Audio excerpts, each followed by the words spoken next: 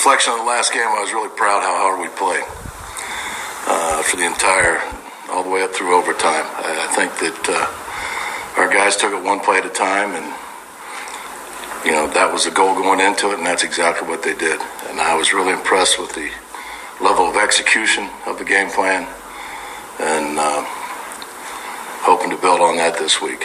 With that, I'll open it up for questions. Coach, you love comparisons. Well, you play an MVP candidate this week in Jalen Hurts. You have one for him?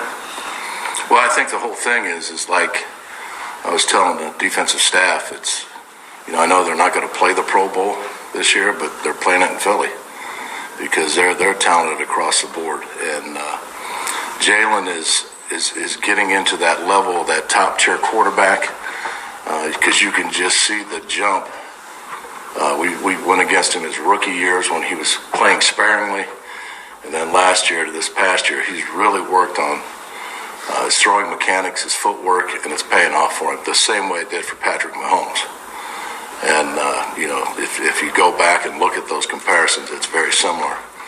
And he is a triple threat. How do you slow down A.J. Brown? Whew. Got any ideas?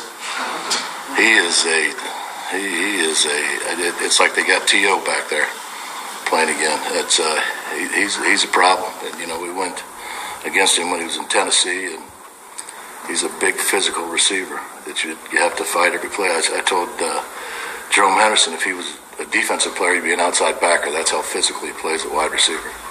Burrow's never faced him, so when you have a corner who's never faced a really good receiver, is that a problem or not that big of a deal, or because you can see the film? All I'll tell you is Fabe studies tape like crazy, and he'll study and know all the receivers inside out. So that'll be we'll wait till Sunday to see where that goes. What is it about Hurts that makes him such a good runner?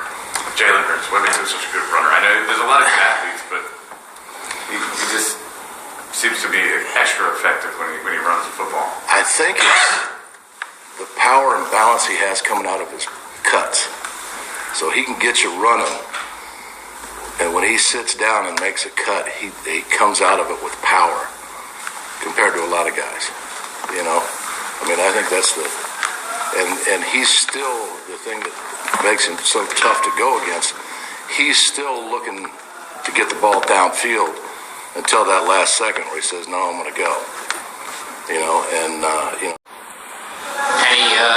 specific feelings or memories? You were drafted by the Eagles, right? Yes. So any specific feelings about that team or memories? I have a lot of respect for the organization. Obviously, Howie, he drafted me there when I was there with Coach Reed. So a lot of respect for the organization, owner, Mr. Lurie. They do a great job. They have a really talented team. So it'll be a great challenge for us. We've got to put together a good week of work. Coach, how many times are you going to face a defense where they get to the quarterback and they have two corners playing at a higher level? Talk about some of the challenges you see when you look at these guys. Yeah, they're really talented. They're aggressive. They play with confidence. They play fast. And you see a lot of things that show up on tape. They're creating turnovers, interception. They have a ton of production in the pass game, in the run game, and they're the best team in the league. With a player like Javon Hargrave, he's not a guy who gets a lot of attention, but it seems like he's sort of like the guy you need to watch out for when it comes to their pass rush. How much do you see that when you look at him on film? Yeah, we're well aware of where he's at, and really that whole D-line does a really phenomenal job. I was there with Brandon Graham was in my draft class, and so I have a lot of respect for Brandon, and he's still playing at a really high level. It's great to see him playing. So that whole front seven, they do a phenomenal job. Does that happen?